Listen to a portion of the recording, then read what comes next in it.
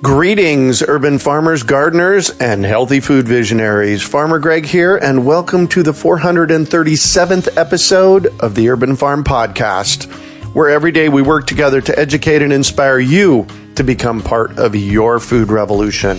Hey everyone, this is Janice, the Urban Farm Podcast Manager, and I want to say thank you for listening and tell you that with our improved podcasts and newsletters, we are reaching more listeners every day. With all this growth, we've added to our team, and this means we can't operate from our pocket change anymore. We want to thank Lacrosse Boots for becoming a sponsor, helping us make this episode possible, and sustaining our podcast mission. Please consider supporting them when you get your next pair of farm boots. At Lacrosse Boots, we salute the land, the rolling acres you've come to know like the back of your own hands, the fertile soil where your family has grown and your everyday moments have blossomed into everlasting memories. For this land is your land, your bedrock, your private parcel of earth that keeps you firmly grounded to what truly matters most. Lacrosse Boots, done right since 1897. Visit us at lacrossefootwear.com to find a dealer near you. Today on our podcast, we have someone who is stewarding our food futures with regional seed growers working together. We're talking with Casey O'Leary about seed cooperatives. Casey is a seed freak and urban farmer in Boise, Idaho. On her farm, which is called Earthly Delights, she grows oodles of seed crops as well as vegetables, herbs, and flowers for her CSA members. She also co-founded the Snake River Seed Cooperative, which now involves over 30 Intermountain West farmers stewarding nearly 400 varieties of regionally adapted seeds, which they sell to area farmers and gardeners. Casey loves to talk with others about the wondrous interconnections of the natural world. Welcome to the show today, Casey. Are you ready to rock seeds? Oh, yeah. Excellent. So I shared a bit about you. Can you fill in the blanks for us and share more about the path you took to get where you're at today?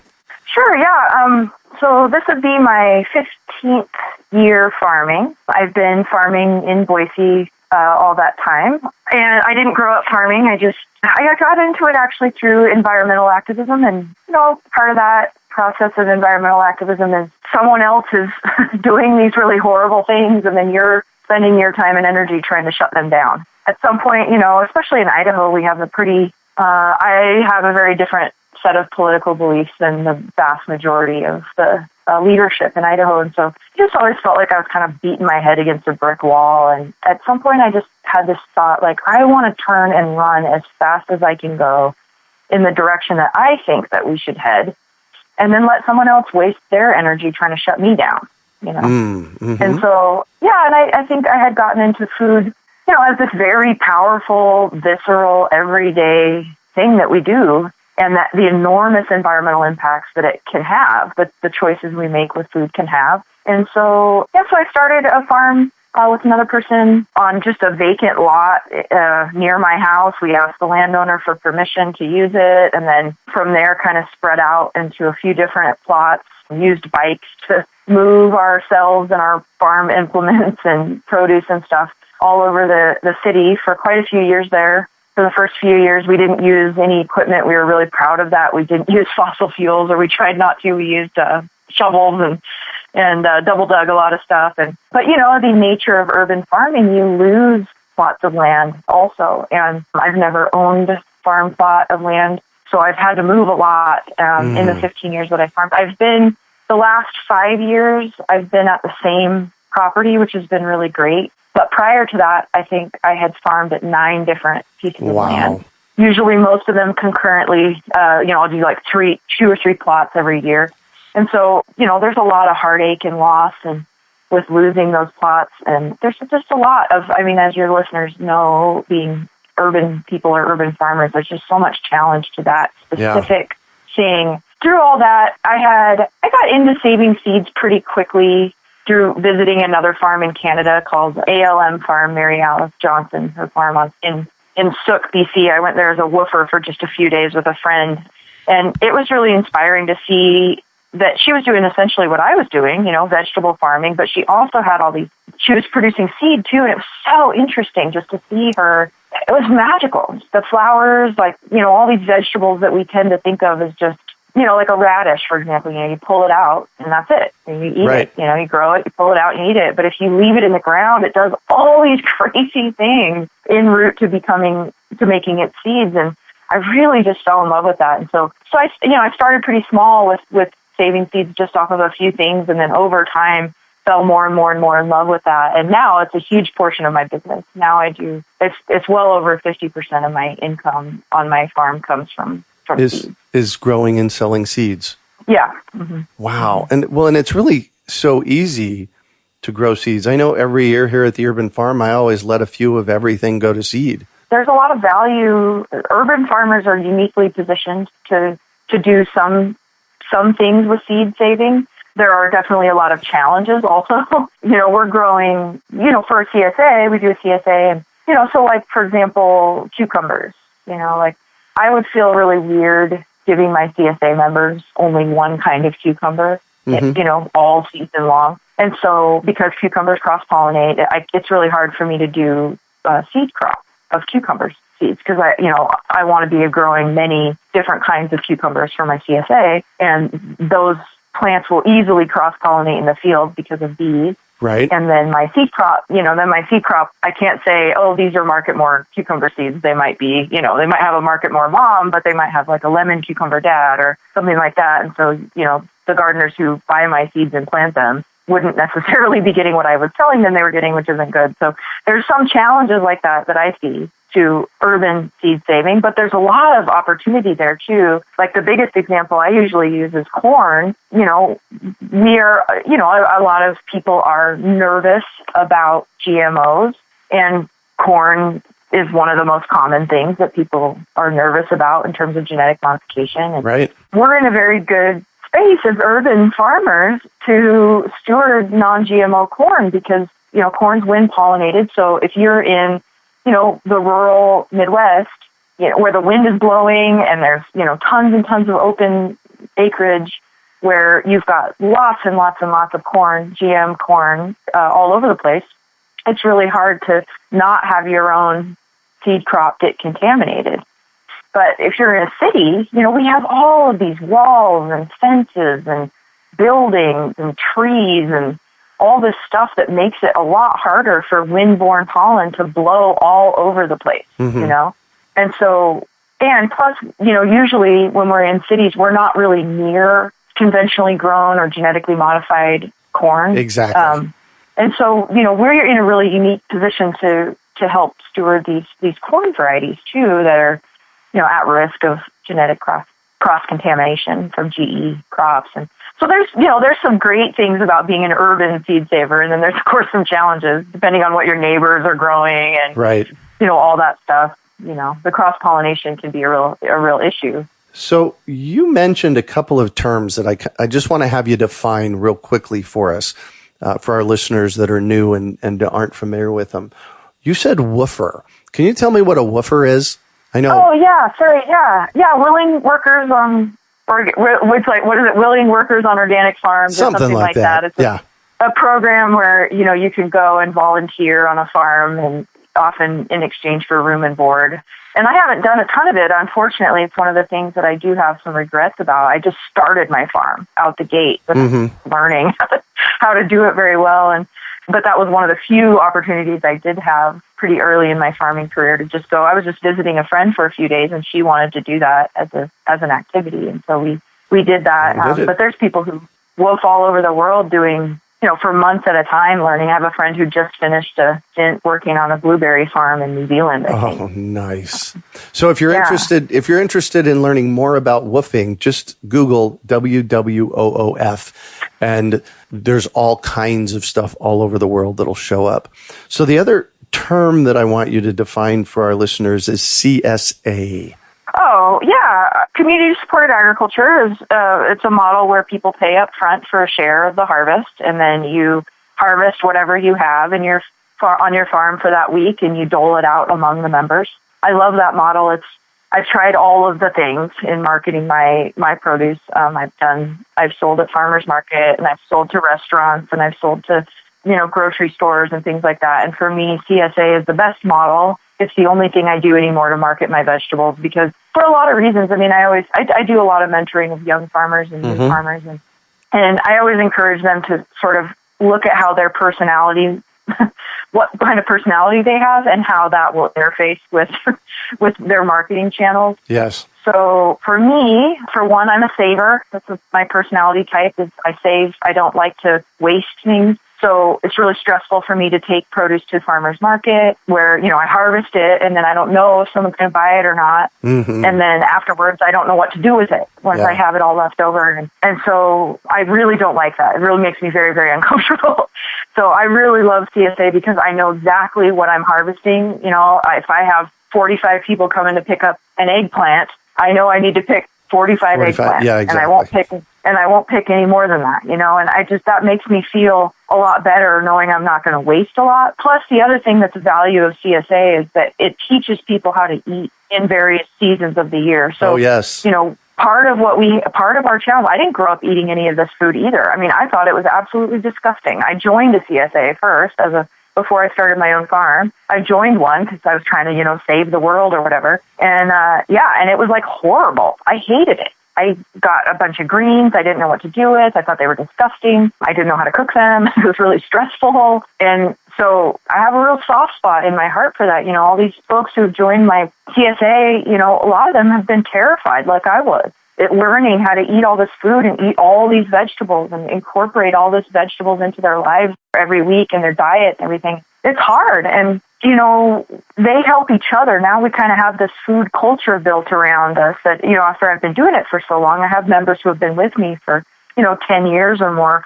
And those people, they look forward to every new vegetable and they know exactly what they want to do with every new thing that comes in. I just think that that's such a valuable thing to do because if you want to go to the farmer's market, you want to support local food, you go to the farmer's market, you might just buy exactly what you already know how to eat, meaning that you never are going to learn how to eat new things if you're not forced into it. Right. And so with the CSA, we choose what they get every week. We know what can be grown. We plan our crops out to maximize the diversity on the farm. And every week we harvest whatever we have and we give them a huge diversity of food. And I like that. I like forcing us all to think try outside new of the box things and learn how to eat them. Yeah. Yeah, exactly. That's the kind of thing we need. Biodiversity is super important for for our future in terms of our health, in terms of the environmental health, the health of our farms, pollinators, worms, you name it. Everybody, it benefits if we have more biodiversity in our agriculture. And as urban farmers, we're just so well poised to do that. Yes. And the big part of a CSA also is the educational piece. It sounds like you're doing that as well. Yeah, absolutely. I mean, we do a newsletter every week and we give people recipes and ideas about how to use the food and how to store it if they're not ready to use it right now or, try to incorporate, and the other thing is, I guess I'm a socialist and I believe that producers in society need to be the ones to set prices and kind of explain how things are going to go. We're the ones on the ground doing the work and a CSA model allows me to do that. It allows me to say, this is what it costs. This is what I need to live on. This is what it costs for this food. The grocery store prices are artificially cheap, and they're built on the backs of cheap, exploited labor. Yeah. And as CSA farmers, we're able to say, look, this is the deal. This is what it actually costs to get the food to you. So this is what you need to pay. And no, you don't get to pick what you get. And you pick it up at the time that I say that you need to come and pick it up. And that's it. Like, that's how it rolls. The producer calls the shots. And I think that's really a really valuable model.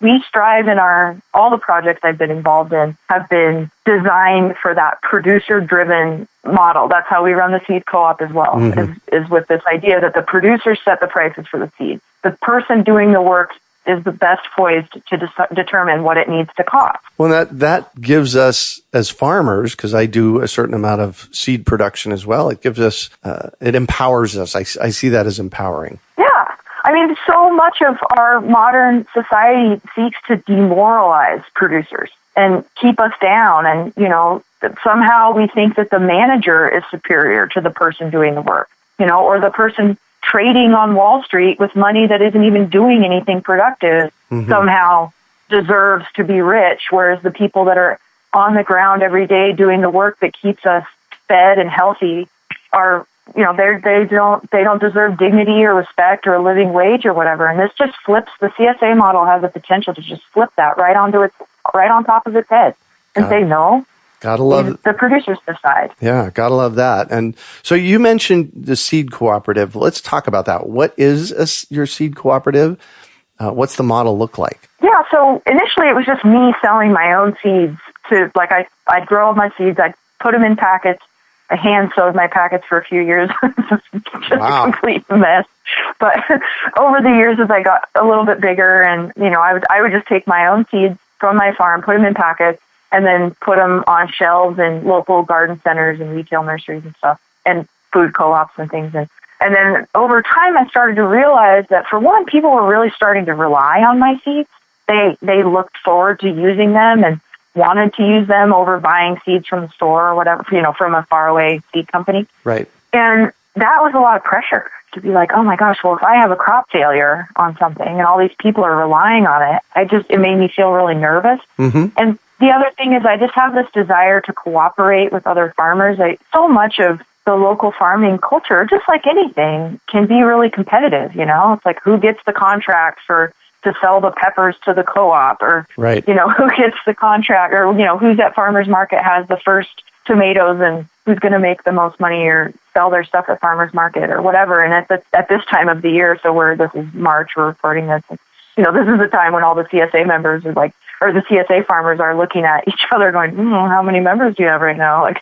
There's this weird competitive edge, and I just have this real desire to work together with my fellow farmers. And so I thought, well, the seeds are a great way to do that, because there's no end to the diversity that we can produce if we all work together. So I can only grow one melon a year on my farm because of the cross-pollination. The bees will move, I can only grow one kind. So I only have one kind to offer if I'm the only person selling seeds to my community. We only have one melon. But if I work with 5 other farmers and each of them can grow one melon, then we have 5 varieties of melon we can offer to our community, which is really exciting. And so I wanted to build something that allowed anybody who wanted to participate to be able to participate. And it's great. I mean, from a niche standpoint on the farm, we have markets for our seeds that no other farmers are looking at. No other farmers are trying to go into garden centers and nurseries and sell anything, right? But but that's our market. Our seeds can go there. So I'm not at the same table with all these other folks that are competing for who gets the contract at the food co-op to sell the peppers or the zucchini or whatever. Instead we have seeds that we sell there, and nobody else is doing that. So it's been really valuable in that way for us too. And the more people we have, the stronger we get, the more infrastructure we can have, the more kind of centralizing all the work of that additional job that is like taking the seeds and packaging them and getting them out, distributing them. That's a whole job in and of itself. And it's a real detail-oriented one that's not exactly the best fit for most farmers. It's a lot of indoor office work, not what most of us want to be doing. So we're really lucky to have this crew of folks that's, we've got Riley, who's amazing with spreadsheets, and she can do all this kind of office-y stuff for us all. And it allows us to just do the work of growing the seeds, and then the kind of office-y people can work. They can take care of the whole marketing, distribution, social media, all that stuff. And it's great.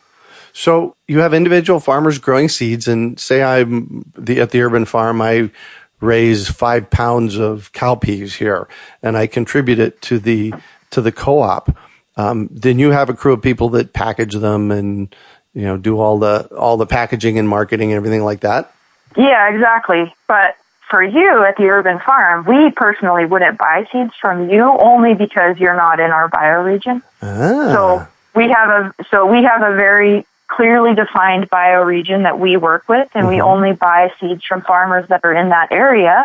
And the reason why we do that is because we believe in seed sovereignty. And so we think that someone in your area ought to be doing that for your area. Seeds are so specific to place. They work so much better. They can adapt so well to the places that they're in. And that's one of the things we've lost in this, increasingly consolidated global seed shed. We have seeds being trucked all over the world that haven't necessarily grown up in the place where they're being grown, and they don't necessarily perform the best in that place. And so we're doing this work for our bioregion, but we believe that other bioregions should be doing that work for themselves as well.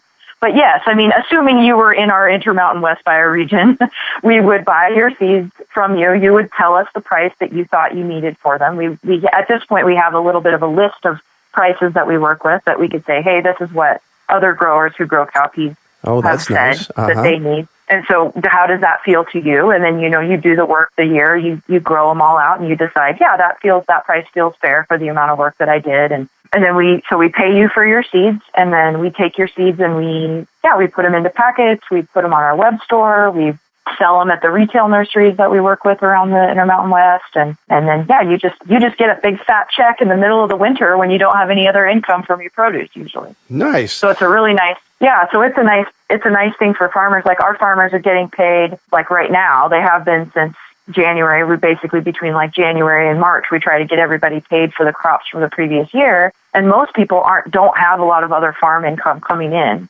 in this winter months. And so it's a really nice time of year to get paid. And this is the nice thing about the seed season too, is it dovetails so nicely with the produce season. In the summer we can be doing fresh produce, but in the winter we have seeds that we can be selling. Beautiful. And so your bioregion is where?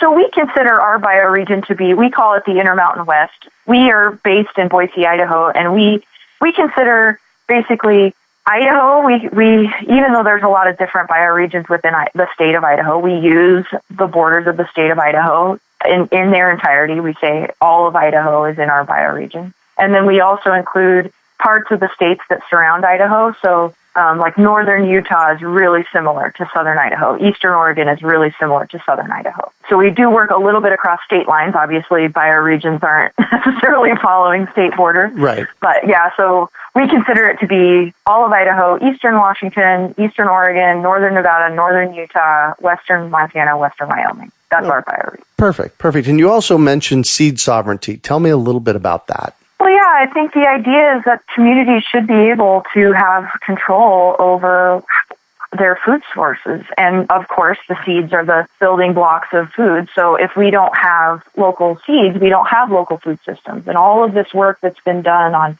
building local food sheds around the country, and so many urban farmers are a part of that. It's all for naught if you go to the farmer's market and everything that's being grown and sold at the farmer's market is grown from a seed that was trucked in from somewhere else, Yeah. So we need to relocalize our seeds as well. And seed sovereignty for us means that the people who are in a community, the individual amateurs, should have access to seeds. We don't believe in patenting seeds. We don't believe in genetically modifying them and having any sort of proprietary ownership over them. All the seeds we grow are open pollinated. They're not hybrids, so you can save seed off of them successfully and have that seed come true to type. We work with a lot of regional heirlooms and things like that have been a part of our region's culture and story and history for a while. They do well here. And then, but part of that, by us doing that for our bioregion, we feel like that gives people in other places all over the world the same right.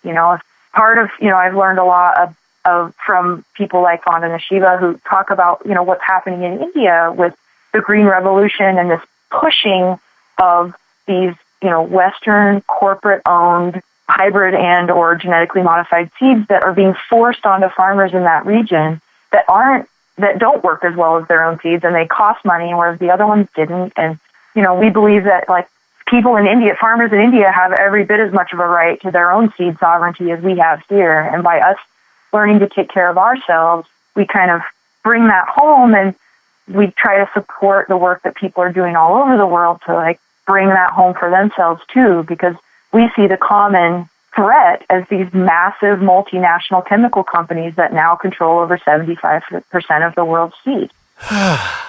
And we take a deep breath there. Yeah, that is a big that is a big challenge, and I'm glad that you're up to it and working forward with it.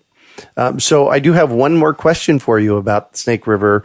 And then I want to talk about your seed school coming up in July. And so you only work with farmers in your bioregional area, but if I in Arizona wanted to get seeds from you, I can go to your website and get some, yes? Yeah, absolutely. I mean, we tend to focus so we sell, yes, we have a website. It is worldwide, the World Wide Web. Anybody can buy seeds from us. We sell seeds to people in other countries. We sell seeds to people in the other parts of the United States. We do set up wholesale seed racks. So, if you walk into your local nursery or whatever, yes, you could buy seeds from whatever companies they're willing to put on the shelves. And so we try to focus our energy on those types of things in our bioregion. So when we reach out to people and ask, say someone in Spokane, Washington, if they want to put a seed rack of our seeds up in their nursery, that's the kind of thing we're looking at, is doing that for our bioregion. But if people want to buy seeds from us, absolutely. I mean, we love to. What's the website? To send seeds all over. SnakeRiverSeeds.com. Perfect. And then what we would encourage you, all our team here at the Urban Farm would encourage you to buy those seeds and then grow them out yourself and start saving your own seeds. Yeah, exactly. And that's the beauty of this. Like, we're part of there's a big movement. There's, the Rocky Mountain Seed Alliance has a really great, on their website, I think it's RockyMountainSeeds.org. They have a really great map of a bunch of small scale bioregional seed companies. So if you're in another part of the country, I mean, by all means, you can buy our seeds if you want to. And you might also check out that map and find out if there's a bioregional seed company near you and that you could get seeds from even closer to home than we are to you. Yeah, beautiful. And so you have a seed school coming up in July. Tell me about it. Yeah, I've worked with the Rocky Mountain Seed Alliance for a lot of years now doing seed schools, and they're amazing. These, kind of anywhere from a 1 hour to a 1 day to a week-long immersion into the world of seeds. And so this year we're going to offer one on our farm. It's going to be just a weekend, so it'll be an all-day Saturday, all-day Sunday thing. And we're, on my farm, I share space. My urban farm shares space with, I guess, 3 other urban farm businesses as well. Uh-huh. So the seed co-op is headquartered there, and then there's a couple of other farm businesses that are run off that same property, both of whom, in addition to growing what they grow for themselves and their markets, also grow seeds for the co-op. And then my farm is there as well. So it's a great learning environment. It's in the middle of the city, but it feels like it's not. So we're inviting people to come and learn from us about all aspects of seed. So everything from the kind of the down and dirty, how do you do this? What's a sulfur? What's an outcrosser? How do you process tomato seeds? How do you thresh and winnow radishes? How do you keep squash? How do you hand pollinate squash to keep it from cross-pollinating with itself? So we'll have a lot of hands-on in the field activities, as well as looking at these bigger picture issues that we're all talking about, the idea of seed sovereignty, the idea of bioregional seed systems. How does it work? How do people make hybrids? How does genetic modification work in seeds? So some of that bigger picture stuff as well. And then just a bunch of social time and some really good local food. And we're inviting people to camp there over the weekend so that they can immerse themselves if they want to. But it's also in the middle of the city, so there's plenty of, Airbnbs and hotels and stuff if camping isn't exactly your deal. But we see it as a great opportunity to invite people to our little corner of the world and see how we're doing seeds on the ground where we are in a collaborative urban farming kind of way. Beautiful. So I'm going to shift on you, and I'd like for you to talk about a time you failed, how you overcame that failure, and what you might have learned from it. Well, it's an interesting question, I guess. I was thinking about it. Failure is hard for me I think I tend to think about failure in terms of the only things I can think of are with relationships. Right. Like where it's like there's 2 people involved and it just couldn't work and it devolves. But in terms of my own, my farming world and life and the seed company and stuff, I think of them more as mistakes, I guess, So like, I don't know, one of the things I was thinking about one time we moved onto this new farm plot and we had been harvesting there was all this chamomile growing there. And I was like, oh, this is great. Like, chamomile, how crazy. Like, this is so wonderful. So we were harvesting it and giving it to our CSA members. And I was even taking some of it and saving seed off of it, putting it into packets and stuff. And at one point, I think about a year later, I realized that it wasn't chamomile. It was a weed. It was a weed. I had been marketing it as chamomile. both to my CSA members and to my seed customers. Wow. And and so I guess what I learned from that failure or mistake or whatever is to make sure you know damn well what right, exactly. what you have. Exactly. Well, we have something like that growing here in our neighborhood, and it looks like chamomile. It's that nice little yellow heads at the very top, very prolific, lots and lots of flowers. Smells like chamomile, and it's a weed. So I think I know which one you're talking about. Yeah, I don't even know what it's actually called, but yeah, it's not chamomile, it turns out. So what do you consider your biggest success? I definitely see the biggest success at this point. The seed co-op is inspiring to me because just when I look back at how far we've come with it, that it's becoming financially solvent at this point. It's serving a large contingent of growers. We're distributing, I don't know, I think this year probably about 50,000 packets of seed, which, when I look at that and I think about, my own place, my own little corner of the world. I was born and raised in Boise, and, this is 50,000 packets of locally grown seed that didn't exist here. Right. 6 years ago. Yeah. And, that to me, that's a really substantial contribution to our region's food security. No kidding. That's making quite a difference. Good job. Thanks. What drives you? There's the real answer, and then there's the polished answer. So the real answer would be... Yeah, the real answer is that I'm an angsty person. I'm like a naturally anxious, angsty, type A person who has a lot of issues with the way that modern society functions, and I must have something like massive amounts of work that I don't ethically conflict with to do in order to stay sane. And so for me, it's just a matter of like having something to get up and do every day. And that makes you feel good. That at least doesn't make me feel horrible. Right. And then I guess that the more polished side of that is that, trying to find solutions to these massive problems that we see all around us all the time and use our little tiny lives to, like, in some way affect positive change. Mm-hmm. Amen to that. I definitely resemble that remark. If you could recommend one book for our listeners, what would it be and why? I want to recommend 3 books to your listeners. Is that possible? Go. That's always good. Okay, so one, if I have to pick one, I'm just focusing on seed books. If I have to pick one, Seed to Seed by Suzanne Ashworth is kind of the Bible of small-scale seed saving. And so I would definitely recommend that book if you just want to start into beginning seed-saving career, learn how to do the basics. That book is a really great basic how-to. Who's the author? And then Suzanne Ashworth. Okay. Mm-hmm. And then... But then to add some nuance to that and make it just much more exciting to think about seeds, there are 2 others I want to recommend. One is Braiding Sweetgrass by Robin Wall Kimmerer. And that one is it invites you to think about seeds and ecology and the natural world and the intersections between culture and agriculture in a really beautiful way. She's a Native woman who has been trained also in Western science, and so she's a really great bridge between those 2 cosmologies and the 2 ways of seeing the world. And her writing is beautiful and just invites us to kind of expand our minds a little bit into all the different ways we might think about. Mm-hmm. And then the last one would be Thor Hansen's book, The Triumph of Seeds. It's just fascinating to think about their history and the ways they move around and the ways that they are so completely embedded into the fabric of the lives of so many different creatures. Yeah. Well, we could do a whole podcast on the way seeds move around. That's for sure. I when I was at ASU, Arizona State University, getting my master's degree in 2004, 5, and 6, one of the people that I worked with was getting her PhD on the topic of roadside weeds and how they travel in car tires. Yeah. Yeah.